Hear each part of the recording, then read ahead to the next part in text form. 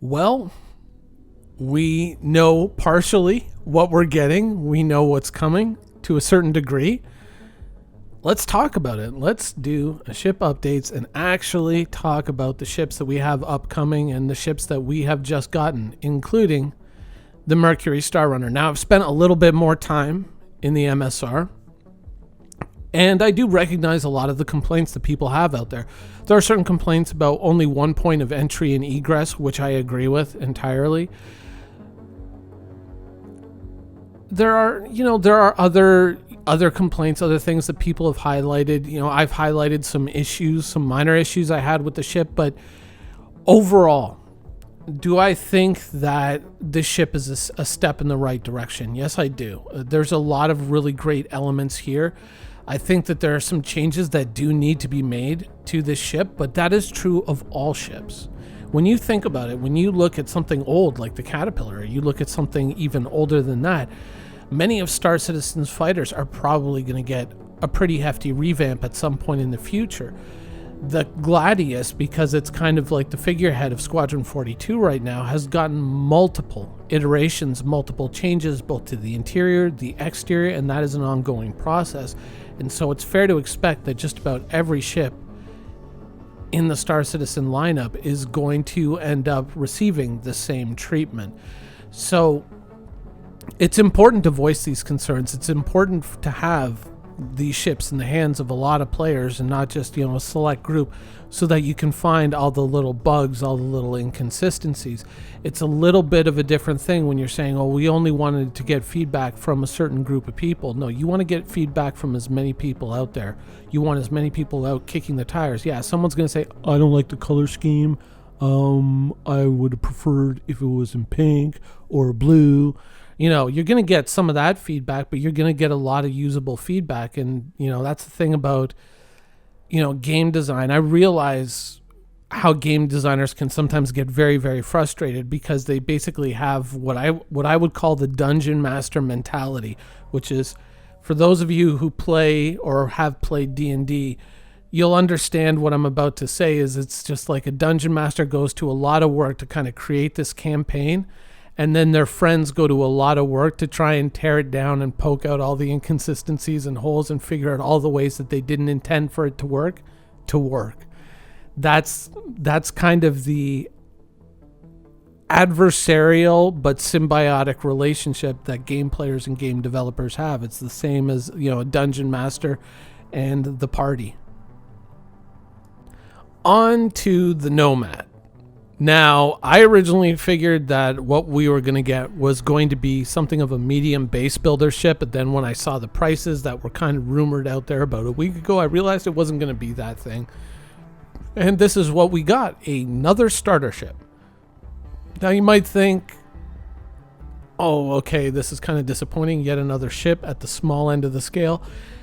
Not for everyone. And certainly not always. I mean, if you think about it, if you're a player like myself who has acquired certain larger ships, and then you've thought about it and you go like, oh man, I kind of want like an account off and on its own that I can just kind of play, by myself. You want kind of a more solo experience, or sometimes you just want to get into a game on a different character that no one knows and just play it by yourself. Having something like this is a kind of a great stepping stone to creating an account like that. And there's many of us out there who actually have a secondary account that, if you're thinking about starting something like this, like maybe you've bought a lot of ships that are like org based, like the org is going to need this, the org is going to need that. And that's kind of what you've used to kind of, build your fleet or build your kind of ship lineup if you're not as ambitious as to build an entire fleet. Having something just for you, this is kind of a great starting point. You would think that I would immediately go, oh my god, Elite Dangerous. Yeah, I mean, there is a certain amount there. There is a certain similarity there, but I don't think it's, egregious as it has been in other ships. And it's a decent starter ship. It has many of the amenities that you might need out in the universe.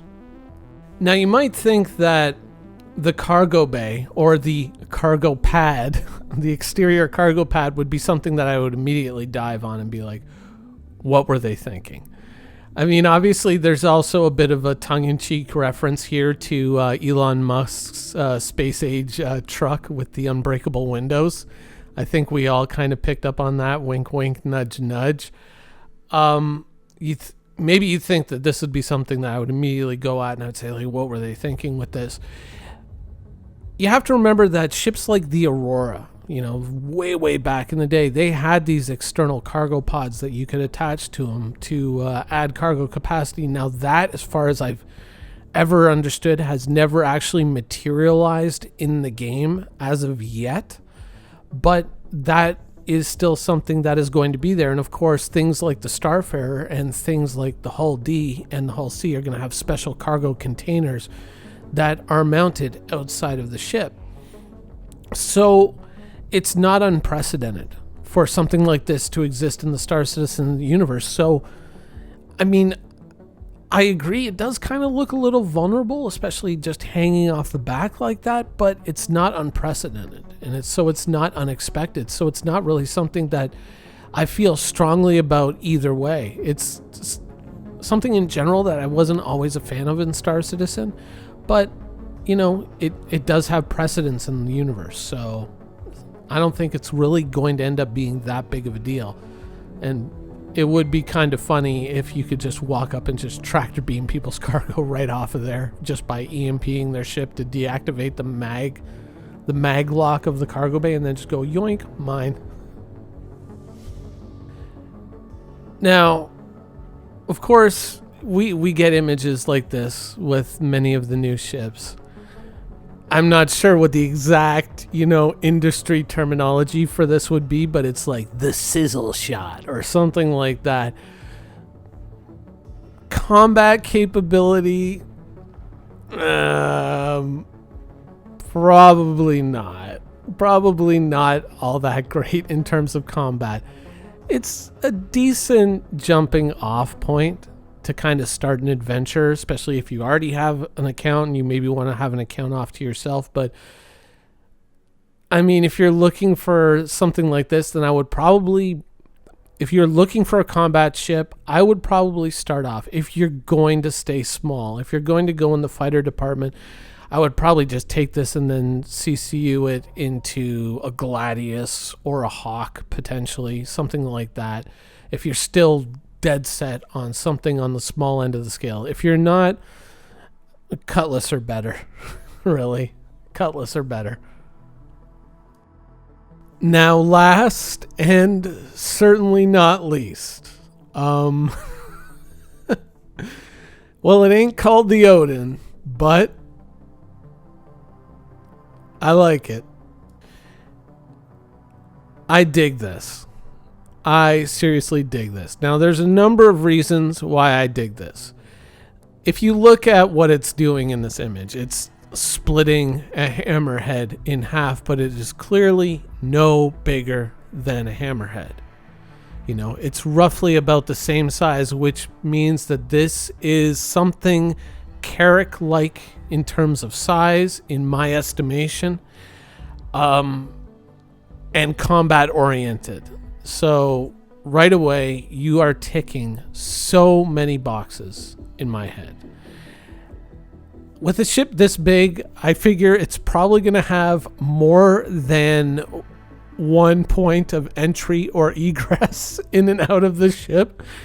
This is going to be a ship that benefits from a lot of the earlier boo-boos that were made on some ships, which still persist to this day. I mean,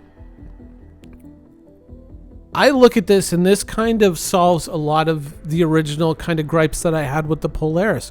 I was never a big fan of having to rely too heavily on torpedo-based, armaments, because, a lot of people said, oh, you never run out of the ammo. And it wasn't really a question as much as running out of the ammo as what's the ammo going to cost? Because those are big damn torpedoes. How much is it going to cost to reload that ship? Certainly if you have a Star Runner and you're paying for hydrogen right now, you you're kind of getting a picture of what the maintenance cost on some of these bigger ships can be, even if it's unintended, which we all hope that it is in terms of the MSR. But this kind of ticks a lot of boxes for me. It really, really does. And so I'm waiting to see actual stats and the actual status of this ship. Is this just, are all the leaks that we've been seeing, are these just hollow viewer models? Is this something that is in the works? Is this something that is on the way? Potentially something that is also going to be within Squadron 42? If that is the situation, then bye-bye Nautilus. That's all I can say. Bye-bye Nautilus. You now have a new role, a new replacement.